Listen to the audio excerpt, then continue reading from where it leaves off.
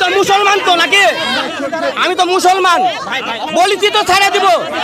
আমি আমার ভাইদের যেই রক্ত ক্ষয় হয়েছে সেই রক্তের দাবি নিয়ে আসছি। আপনার সাথে একজনের হলে কেমনটা লাগবে? ধিক্কার জানাই এই সরকারের, নিন্দা জানাই এই সরকারের এবং এই সরকারের পতন দাবি করি আমরা সকল স্টুডেন্টরা। আমাদের উপর দিয়ে যাবেন, উপর দিয়ে নিয়ে যান। আমিও তো রক্ত মাংসে মানুষ, তাই না? আপনারা দেখুন, ভাই ছেড়ে দিব, এখানে ছেড়ে দিব। থামেন, 2 মিনিট কথা শুনেন। ওরা তো আমারও ভাই, আমারও সন্তান, আমারও মা আছে, বোন আছে, ভাই আছে। আপনারা যেমন পরিশ্রম করতেছেন, আমিও কিন্তু পরিশ্রম করতেছি। আমার পজিশনে আপনি থাকলে তাই করতেন।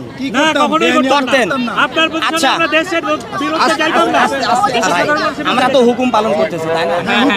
আচ্ছা, এখন আপনারা সবাই এখান থেকে চলে যাবেন, আমরা ছেড়ে দেবো। জান, মানুষ তো মুসলমান তো নাকি? আমি তো মুসলমান, বলেছি তো ছেড়ে দিব,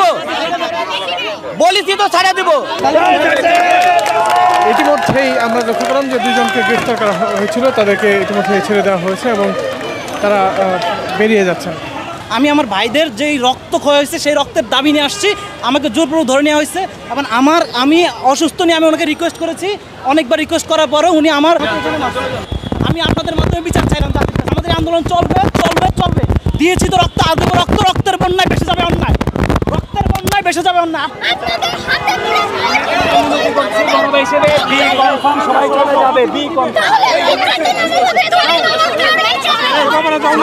ওদের তো সহপাঠী, আপনার সাথে একজনের হলে কেমনটা লাগবে? আমাদের দেশে যখন যুদ্ধ হয়েছে, আমার বাবা মায়ের কাছে গল্প শুনেছিলাম যে পাক হানাদার বাহিনীরা এসে আমাদের ঘরে ঘরে নক করতো, মানুষদেরকে ধরে নিয়ে যেত এবং মা বোনের উপর অত্যাচার করতো।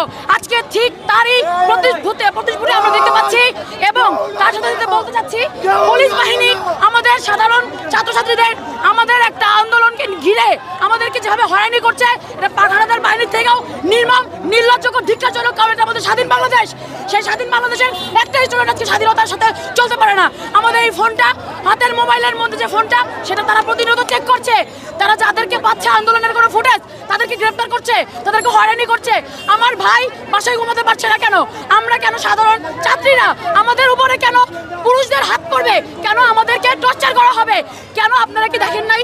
এতগুলো মিডিয়া আপনারা কি দেখেন নাই? আপনারা কি সবাই অন্ধ? আপনারা কি সরকারের পাচাটা কেউ? যদি পাচাটা হয়ে থাকেন তাহলে কি আরো দরকার নেই? I am sorry to say, কারণ বাংলাদেশে সবাই এখন পাচাটা কুকুর হয়েছে এই সরকারের। ধিক্কার জানাই এই সরকারের, নিন্দা জানাই এই সরকারের এবং এই সরকারের পতন দাবি করি আমরা সকল স্টুডেন্ট।